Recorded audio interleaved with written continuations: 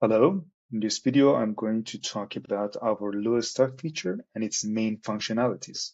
First, I'm going to go to settings and see what we can do there. First, I can see that I can apply it into either all my products or some products that I don't want. But for this example, I'm going to put it in all products.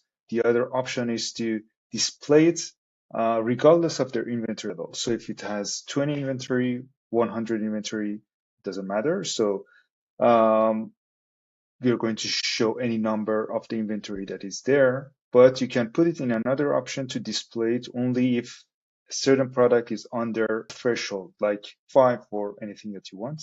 So I'm putting it under 5 right now, and I want to see how it looks like. But before doing that, I'm going to go to our customization and see what I can do there as well. So currently, this is how it shows up. Only 5 items left in stock. So the remaining quantity is the quantity of your product. So you can rely on that. The other thing is that you can add information here, like hurry up before it's too late, for example. So you can save that. You can also remove the icon if you don't like it, or change the color. For example, put it on black if you want, or the background, change it to blue. Or you can even do manual CSS.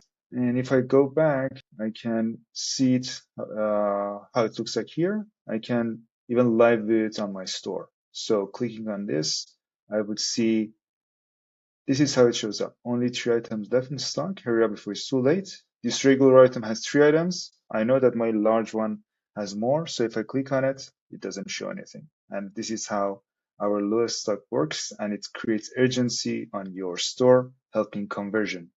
Thank you.